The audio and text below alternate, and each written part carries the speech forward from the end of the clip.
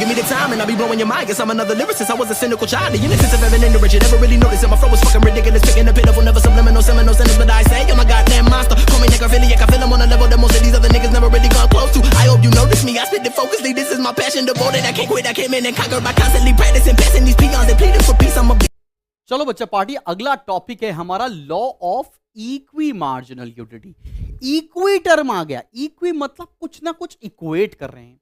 आसान भाषा में इस केस को हम लोग टू कमोडिटी केस ही बोलते हैं। हालांकि ये आता हमारे कार्डिनल यूटिलिटी के अप्रोच के अंदर ही, बिकॉज इसमें भी हम लोग सब कुछ नंबर्स में वैल्यू करते हैं, तो सब कुछ हम लोग टर्म्स ऑफ नंबर्स यूज करते हैं। ऑर्डिनल में हम लोग सब लोग रैंक करेंगे, अभी आएगा ऑर्डिनल एनालिसिस नेक्स्ट वीडियो के अंदर। अभी समझते हैं अभी यहां पर क्या होने वाला है, इसमें क्या आपको समझना है। कंज्यूमर इक्विलिब्रियम सेम चीज है, पर यहां पर कंज्यूम कैसे कर रहे हैं, दो कमोडिटी कंज्यूम कर रहे हैं with a given set of income. A utility maximising consumer must allocate his income in various commodities, excuse me एक सेकंड रुक जाओ, in various commodities in such a way that last unit of money spent on each commodity gives him equal marginal utility. Sir ये तो बहुत English हो गया, ऐसा समझ ही नहीं आ रहा है। मतलब पैसों को कुछ इस तरह से खर्च करना है कि सेटिस्फैक्शन मैक्सिमम रहे। सेटिस्फैक्शन मैक्सिमम मतलब सेटिस्फैक्शन जितना पैसा खर्च कर रहे हैं उसके बराबर रहे, और दोनों कमोडिटीज को आपको कंज्यूम करना है। आसान भाषा में MUX upon PX, MUY upon PY should be equals to MUM। MUX दे रखा होगा, प्राइस ऑफ X दे रखा होगा, इसको डिवाइड करना है, should be equals to MUY upon PY is equals to marginal utility of money. मुझे पता है यहां पर थोड़ा सा आपको ट्रिकी लग रहा होगा, लेकिन एक केस लेते हैं, उसको समझते हैं। आओ जरा एक केस लिया जाए। केस क्या कह रहा है, मान लेते हैं एक शेड्यूल लिया है मैंने बेटा जी, इनकम को मैंने लेट किया है 40 रुपए, एक्स आता है लेट से 5 रुपए का, और वाई आता है 10 रुपए का। अब हमारी कंडीशन क्या बोल रही है, कंडीशन बोल रही है आप एक कॉलम बनाएंगे MUX अपॉन PX, फिर एक कॉलम बनाएंगे आप MUY अपॉन PY। मैंने कहा ठीक है चलो बना लेते हैं, ऐसी भी क्या बात है, बनाया जाए।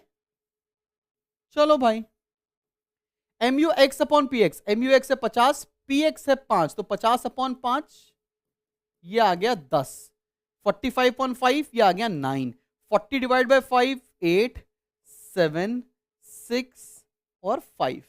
क्या ये बात समझ में आई? Similarly MUY upon PY, 80 divide by 10 8 7 6 5 4 और 3। अब हमारी कंडीशन क्या कहती है, जहां जहां पर MUX अपॉन PX और MUY अपॉन PY है उसको जरा आप इक्वेट कर लो। आओ जरा इक्वेट करके मैं दिखाऊं तुमको। यहां 10 है, यहां पर कहीं 10 नहीं है, यहां 9 है, यहां कहीं 9 नहीं है, यहां 8 है, यहां भी 8 है। सिमिलरली यहां 7 है, यहां भी 7 है, यहां 6 है और यहां भी 6 है, यहां पर 5 है और यहां भी 5 है। क्या बात समझ में आ रही है? अब इस केस में ना बेटा आपको एक एक्सपेंडिचर टेबल बनानी होती है। ये समझ में आ गया तो समझ लो ये क्वेश्चन तुम्हारा बोर्ड इम्तिहान में, प्री बोर्ड में, कंपैरेटिव्स में, हाफ ईयरली में आएगा ही आएगा। और एक्सपेंडिचर टेबल बनाने से आपको एक सिचुएशन बेस्ड क्वेश्चन मिलेगा, प्रैक्टिकल क्वेश्चन जिसको बोलते हैं हम एग्जाम में। ठीक है, आओ जरा चेक करते हैं कि कितना खर्चा हो रहा है एट ऑल द कॉम्बिनेशंस। पहला कॉम्बिनेशन क्या कह रहा है, पहला कॉम्बिनेशन है एट 8। कौन सा कॉम्बिनेशन, 8 वाला कॉम्बिनेशन। 8 वाला कॉम्बिनेशन क्या कह रहा है, एक्स की कितनी यूनिट्स और वाई की कितनी यूनिट्स। आओ देखो, एक्स की यूनिट कितनी है 3, एक्स की यूनिट है 3, वाई की कितनी यूनिट है, वाई की पहली यूनिट है। खर्चा कितना होगा बेटा, एक्स आता है कितने रुपए का, 5 रुपए का, 15 रुपए हो गया। वाई आता है 10 रुपए का, 10 रुपए, तो खर्चा कितना हो रहा है 25। लेकिन दिक्कत वाली बात है, मेरी इनकम कितनी थी 40, क्या मेरी इनकम पूरी खर्चा हो रही है, आंसर है नहीं। तो क्या यहां इक्विलिब्रियम होगा, आंसर है नहीं। अब हम किस पर चेक करेंगे, अब हम अगले कॉम्बिनेशन पर चेक करेंगे। अगला कॉम्बिनेशन क्या है, एट 7। कौन सा कॉम्बिनेशन, 7। 7 पर एक्स की कितनी यूनिट्स हैं 4, एक्स की कितनी यूनिट्स हैं 4, और वाई की कितनी यूनिट्स है 7 के ऊपर, वाई की यूनिट्स है 2। तो 4 इंटू 5 ये हो गया 20, और 2 इंटू 10 ये हो गया 20, और यहां पर खर्च कर रहे हैं पूरे 40 रुपए। मतलब यहां पर MUX upon PX is equals to MUY upon PY is equals to MUM हो गया है। मतलब यह कॉम्बिनेशन पर आपका इक्विलिब्रियम अचीव हो रहा है। तो सर क्या हमें बाकी कॉम्बिनेशन को भी सॉल्व करना पड़ेगा? यस, एग्जाम में आपको अगर इसका प्रेजेंटेशन वाला क्वेश्चन आता है तो पूरा पूरा सॉल्व करना पड़ेगा। आओ जरा वो भी हम सॉल्व कर लेते हैं, ऐसी क्या बात है। थर्ड केस देखें, अब चेक करते हैं एट 6 के ऊपर। एट 6 पर आओ तो x की यूनिट हो रही है 5 और y की यूनिट हो रही है 3, तो ये हो गया 25 रुपए और ये हो गया 30, टोटल खर्चा होगा 55। यहां पर इक्विलिब्रियम इसलिए नहीं होगा क्योंकि खर्चा ज्यादा हो रहा है और इनकम हमारे पास कम है, तो यहां इक्विलिब्रियम भी नहीं होगा। और लास्ट कॉम्बिनेशन भी चेक कर लो, वो क्या है एट 5। एट 5 पर x की यूनिट्स हो रही हैं 6, y की हो रही है 4, 30 और ये हो गया 40, टोटल खर्चा हो गया 70। यहां पर भी इक्विलिब्रियम क्यों नहीं हो सकता है? बिकॉज इनकम मेरे पास 40 है और खर्चा ज्यादा हो रहा है। तो कंज्यूमर इक्विलिब्रियम कहां पर हुआ? कंज्यूमर इक्विलिब्रियम हुआ जब एक consumer 4 units of good x खरीदेगा और 2 यूनिट्स और गुड वाई खरीदेगा, वहीं पर उसकी पूरी इनकम खर्च होने वाली है। अब इसी बात को एक्सप्लेन करके भी आना पड़ेगा आपको एग्जाम में। आओ जरा देख लेते हैं।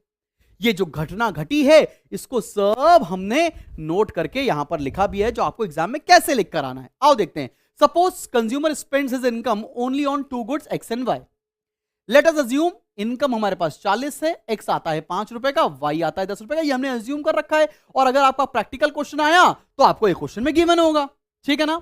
इन the above case only at combination 4 unit of good X and 2 unit of good y, he is able to use his entire income and utility is maximize। यही तो बात किया हम लोगों ने, देखो ना बेटा, यही बात किया ना कि 4 यूनिट ऑफ गुड एक्स और 2 यूनिट ऑफ गुड वाई पर इक्विलिब्रियम बनेगा। क्लियर है? आगे बढ़ो। लिखा है कॉम्बिनेशन 3 and 4, जो उसके अगले कॉम्बिनेशन है, does not fits in the given income and combination 1 is not able to exhaust his given income। जो कॉम्बिनेशन 1 है वहां पूरा खर्चा नहीं हो रहा है, 3 और 4 में एक्सपेंडिचर ज्यादा, उतनी इनकम नहीं है। Hence the condition is satisfied at combination 2 only. So consumer will be in equilibrium when he consumes 4 unit of good X and 2 units of good Y। इस तरह से आपको आंसर प्रेजेंट करके आना पड़ेगा, तब जाकर आपकी मैम भी खुश होंगी और आपको पूरे मार्क्स मिल भी रहे होंगे इकोनॉमिक्स के अंदर। तो बेटा ये था हमारा पार्ट 1। इसके अगले पार्ट में हम लोग मिलेंगे और ऑर्डिनल एनालिसिस का पूरा कंसेप्ट खत्म करेंगे। मैंने बताया है इकोनॉमिक्स में आपको 2 पार्ट्स में हम पूरा डिटेल में सिलेबस कंप्लीट करने जाएंगे। So this is the 3rd chapter जो चल रहा है आपके स्कूल में। आपके हाफ ईयरली एग्जामिनेशन सितंबर में होपफुली शेड्यूल होंगे। अपना सिलेबस बता देना ताकि मैं सितंबर तक आपका वो सारा टॉपिक खत्म करवा के रख दूं जो आपके पेपर में आने जा रहा है। एंड आपके लिए बहुत ही अच्छी सा ऑप्शन है, आप स्पार्टन्स में एनरोल कर सकते हो। 3 बुक सेट्स आपके घर पर डिलीवर होंगी। अमेजिंग किताबें हैं, अमेजिंग तरीके से हम लोग पढ़ेंगे। हर दिन 2 घंटे मंडे से फ्राइडे आपकी boards dedicated to ISC clear कराने वाले हैं इन 2026। बोलना हो ना, शुभम संभाल लेगा। मिलते हैं नेक्स्ट वीडियो में। Till then keep smiling and keep learning.